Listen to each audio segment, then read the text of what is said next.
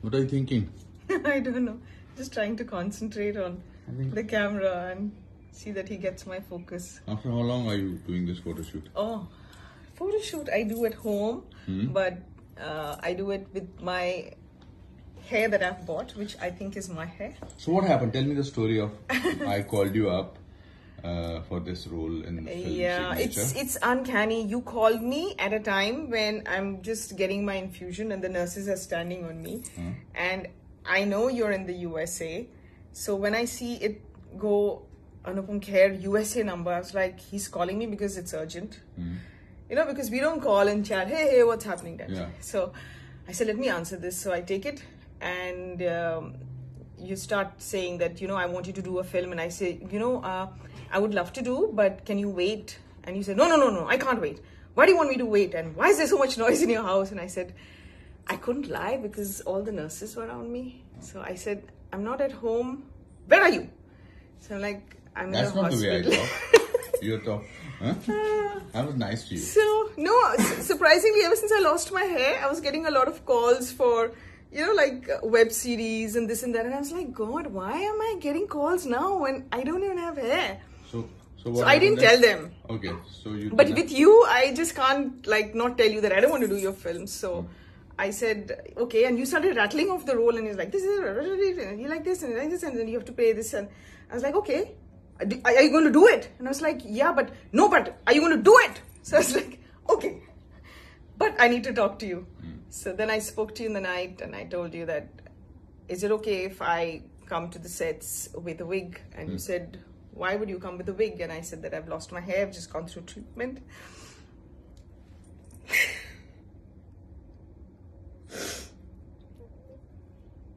I don't know, it just gets emotional. That's okay. I think you're the most courageous person. I just want to thank you for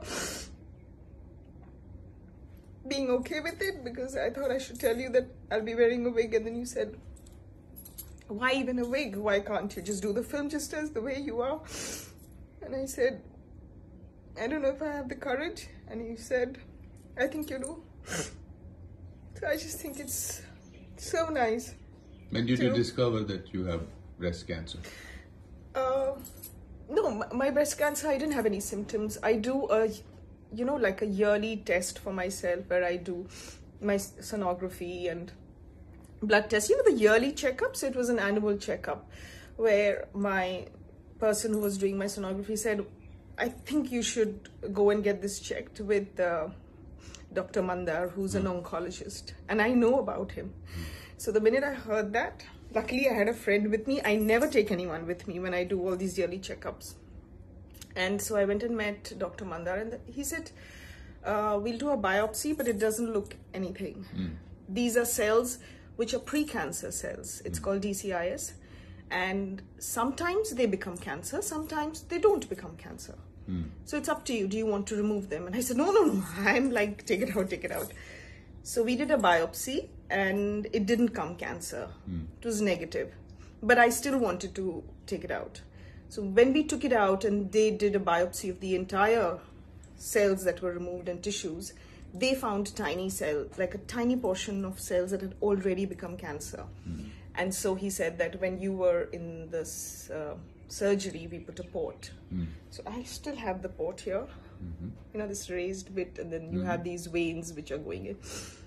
So they said, we have to give you chemo. And then I started crying. And then my sister was like, it's treatable. Doctors saying it's 100% treatable.